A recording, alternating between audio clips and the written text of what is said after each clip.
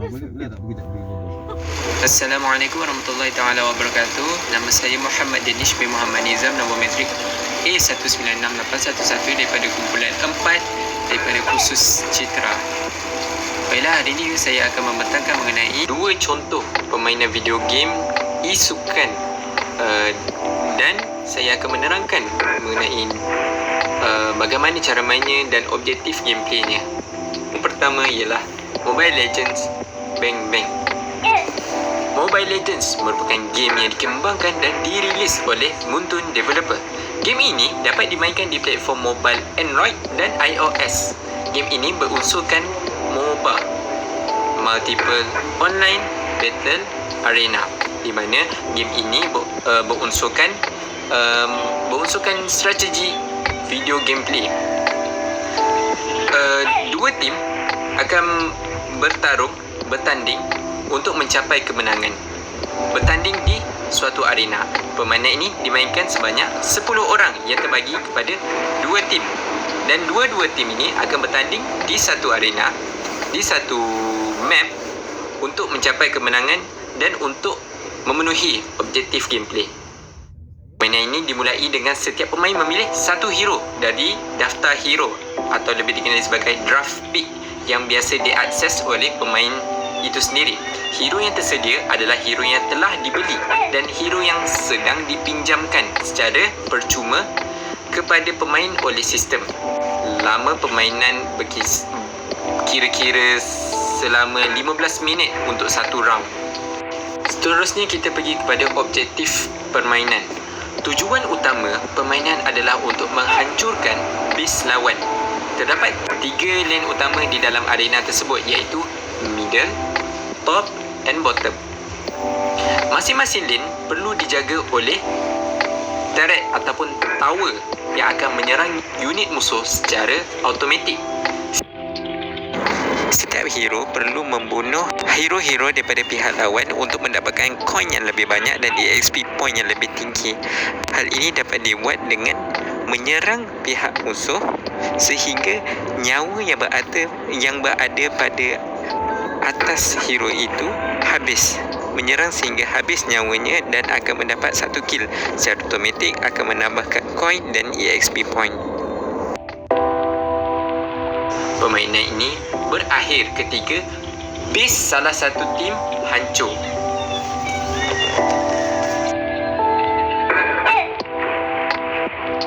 Seterusnya kita akan pergi kepada isu etika dan undang-undang. Peraturan ini diambil daripada sukan antara kolej di Universiti Kebangsaan Malaysia yang disertai dalam kalangan pelajar UKM itu sendiri juga. Yang dapat difokuskan yang dapat sini ialah 3.6, iaitu berkaitan hero. Semua hero boleh digunakan, tiada auto ban hero. Ban hanya semasa draft pick hero sahaja. Selalunya auto ban hero ini akan berlaku ketika di dalam Mobile Legends itu akan di-launchkan hero baru, maka hero baru itu akan di-auto bankan kerana hero itu belum sempat ataupun belum dikaji lagi dengan sepenuhnya untuk dimasukkan dalam meta ataupun gameplay untuk memasuki pertandingan. Seterusnya, nombor 4, mengikut peraturan tingkah laku yang dilarang. Yang dapat difokuskan di sini ialah 4.110 dan 4.111. Dilarang menggunakan akaun lain selain yang didaftarkan dan dilarang menggunakan servis joki. Servis joki ini bermaksud seseorang itu mendaftarkan nama akaunnya dan dimainkan oleh orang lain. Sebagai contohnya, nama akaunnya bernama Ahmad tetapi yang bermainnya ialah Ali. Maka ini merupakan satu larangan dalam undang-undang Mobile Legends maupun pertandingan-pertandingan e-sukan yang lain apabila akaun yang didaftarkan bukan dimain oleh orang yang mendaftarkan itu. Perkara ini boleh menjadikan seseorang itu digantung daripada mana-mana pertandingan seterusnya. Akan dibankan namanya itu, akan di-blacklistkan namanya itu daripada menyertai mana-mana pertandingan e-sukan. Permainan e-sukan yang seterusnya ialah PUBG Mobile. PUBG Mobile merupakan game Battle Royale. Battle Royale yang di mana mereka perlu berlawan sesama mereka sehingga ke minit-minit yang terakhir. Semakin lama dipertahan, semakin tinggi ranking pada round game itu. Game ini dirancang oleh Brandon Green. Secara rasmi, game ini dirilis secara global pada bulan Mac 2018. Pada dasarnya, PUBG memiliki 3 version yang berbeza berdasarkan platform bermainnya. Awalnya, game ini tersedia untuk platform PC Windows melalui Steam sahaja, sampai akhirnya tersedia untuk Xbox sehingga mobile seperti sekarang ini. Version mobile ini benar-benar mampu menembus pasar global secara merata, khususnya di kawasan Asia. Dalam gameplaynya akan ada 100 pemain yang bertempur berlawan untuk menjadi pemenang. Pemain perlu memilih untuk bermain dalam mod solo, duo ataupun squad. Solo iaitu bermain dengan sendirian, duo bermain dengan berdua, manakala squad bermain dengan 4 orang. Semua pemain akan mengawali permainan dari pesawat ataupun flight tempur yang akan memaksa mereka untuk terjun bebas di peta permainan menggunakan parachute. Setelah berhasil mendarat, para pemain perlu melakukan looting untuk mendapatkan senjata, baju perang dan berbagai alat penyokong kehidupan lainnya. Tidak lama setelah mendarat, akan muncul play zone yang ditandai dengan lingkaran kecil. Play zone akan mengecil seiring berjalannya waktu. Pemain harus bergegas, harus cepat untuk tidak keluar daripada zon tersebut. Ketika pemain berada di luar play zone, secara automatik pemain akan terkena damage ataupun serangan tiap detiknya, tiap saat, dan sangat berpotensi membuat nyawa habis mati. Maka dari itu sangat disarankan untuk tetap memperhatikan play zone di peta itu selama permainan. Semakin mengecilnya play zone akan membuat permainan semakin tegang, semakin sengit. Bila di awal permainan, setiap pemain masih memiliki ruang gerak yang luas untuk melakukan looting atau bersembunyi. Tetapi disebabkan mod play zone ini yang semakin mengecil dan justru semakin mempertemukan pemain-pemain untuk berlawan untuk tembak-tembak.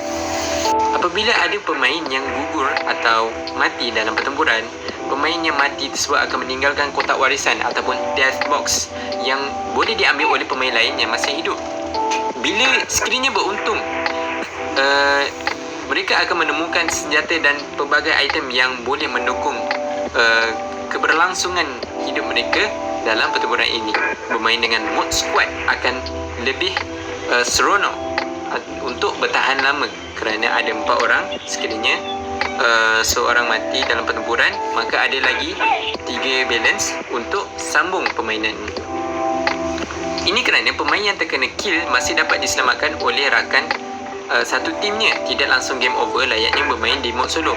Dan 3 orang ni yang selebihnya boleh membantu ataupun istilahnya revive kawan yang mati ditembak oleh pihak musuh. Tim atau pemain yang berhasil bertahan sampai tidak ada lawan yang tersisa berhak mendapatkan title Chicken Dinner, merupakan istilah untuk pemenang dalam permainan PUBG. Ini merupakan isu etika dan peraturan yang diambil daripada event Hari Sukan Negara. Peraturan ini digunakan untuk PUBG Mobile, e-sport PUBG Mobile, dan dapat dikhususkan di sini ialah poin 7.0 etika peserta dan larangan. A. Penggunaan perkeraan bersifat negatif seperti profanity atau toxic, buli secara lisan atau bertulis dan sebarang untuk gangguan yang disengajakan adalah dilarang sama sekali. Kerana ini selalu dilakukan oleh beberapa player, beberapa pemain ketika mereka menang akan satu round itu, akan game itu, maka toxic action dan provoke berlaku untuk dibuat atau ejek kepada tim-tim yang lain. Seterusnya B, penggunaan peranti selain telefon pintar, aplikasi third party adalah dilarang sama sekali seperti laptop, komputer. Maka ini adalah dilarang kerana dikhususkan saja untuk telefon pintar. Seterusnya D, sebarang penggunaan joki dan pihak ketiga adalah tidak dibenarkan sama sekali. Ini merupakan undang-undang yang sama dengan Mobile Legends kerana servis joki ini adalah dilarang sama sekali dalam e-sport kerana joki ini boleh dikata sebagai menipu. Akaun yang didaftarkan tetapi orang yang mendaftarkan itu tidak pun bermain. Orang lain yang memainkannya. Maka ini menjadi satu kesalahan dan boleh menjadikan player itu digantung.